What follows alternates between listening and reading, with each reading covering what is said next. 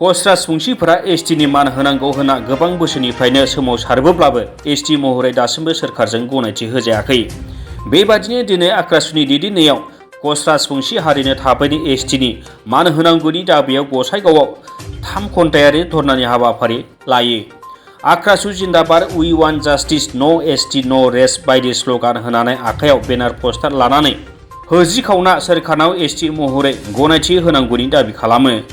गसाइगाव महकुमा बेंगिरिनि मावख' खाथियाव थानाय फोथाराव 3 घन्टायारि होज्रिखावनाय हाबाफारि लानानै फैबाय थानाय समफोराव कच राजबंशी हारिनि दाबिखौ आसाम सोरखार आरो भारत सोरखारा थाबैनो मावफुङाब्ला बेनिख्रुइ गोख्रोंसिन सोमावसारगोन होननानैबो फोरमायो आक्रासुनि आफादगिरि धर्मेन्द्र बर्मनआ।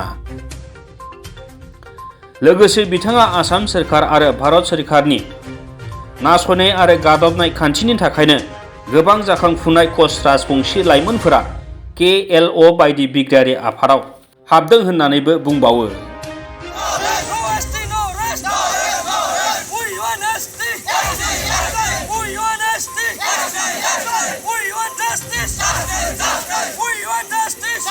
আমি আক্ৰাসুৱে তিনিগুণী অৱস্থান ধৰ্মঘট আজি আমি প্ৰত্যেকখন জিলাতে পালন কৰিছোঁ। এইকাৰণে পালন কৰিছোঁ কাৰণ আমাৰ বিজেপিৰ ওপৰত যিখিনি আমাৰ বিশ্বাস আছিল সেই বিশ্বাসখিনি নোহোৱা হৈ গৈছে। কাৰণ বিগত কালচোৱাত আমি দেখা পাইছোঁ কংগ্ৰেছৰ দৰে, ঠিক কংগ্ৰেছে যেনেকৈ আমাক কচ ৰাজবংশীসকলে 15 বছৰ ঠকালে, ঠিক তেনেদৰে আমাৰ বিজেপি চৰকাৰখনেও প্ৰথম এটা কাৰ্যকালত আমাক আশা দি গ'ল।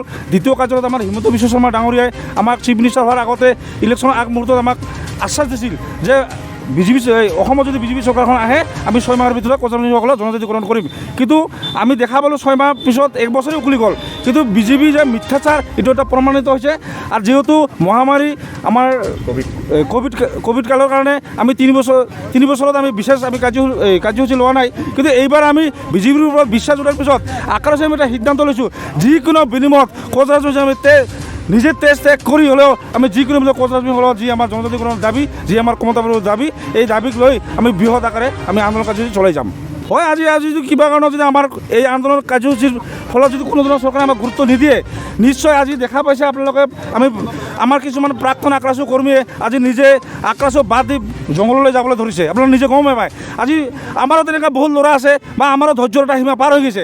যদি পৰ্যন্ত আমাৰ কিছুমান ল'ৰা আজি বন্দুক হাতত ল'বলৈ বাধ্য হৈছে, যদি বন্দুক হাতত লৈ আমাৰ কচ ৰাজবংশী উঠি অহা ল'ৰাবিলাকে ইয়াৰ কাৰণে জগৰী আমাৰ চৰকাৰে হ'ব।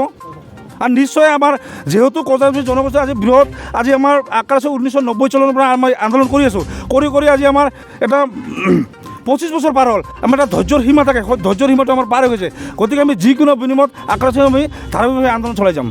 এই কাৰ্যসূচীৰ জৰিয়তে আমি কেন্দ্ৰ তথা ৰাজ্য চৰকাৰলৈ এইটোৱে আহ্বান জনাম যে আপোনালোকে কোৱা মতে আপোনালোকে যিহেতুকে আজিৰ বৰ্তমানৰ মুখ্যমন্ত্ৰী হিমন্ত বিশ্ব শৰ্মা ডাঙৰীয়াই যিহেতুকে সবাই কয় যে কচ ৰাজবংশীসকলৰ 90% এছটিকৰণৰ কাম হৈ গৈছে, কিন্তু দেখা গ'ল 90% দূৰেৰে কথা কেতিয়াবা যোৱা এই বছৰৰ জানুৱাৰীৰ 1 তাৰিখে কৈছে বোলে যদি আপোনালোকক এছটিকৰণ দিয়া হয় তেতিয়াহ'লে বেলেগ জাতিয়ে নাইবা বিভিন্ন অন্য এছটিকৰণ মানুহবিলাকে আন্দোলন কৰিব।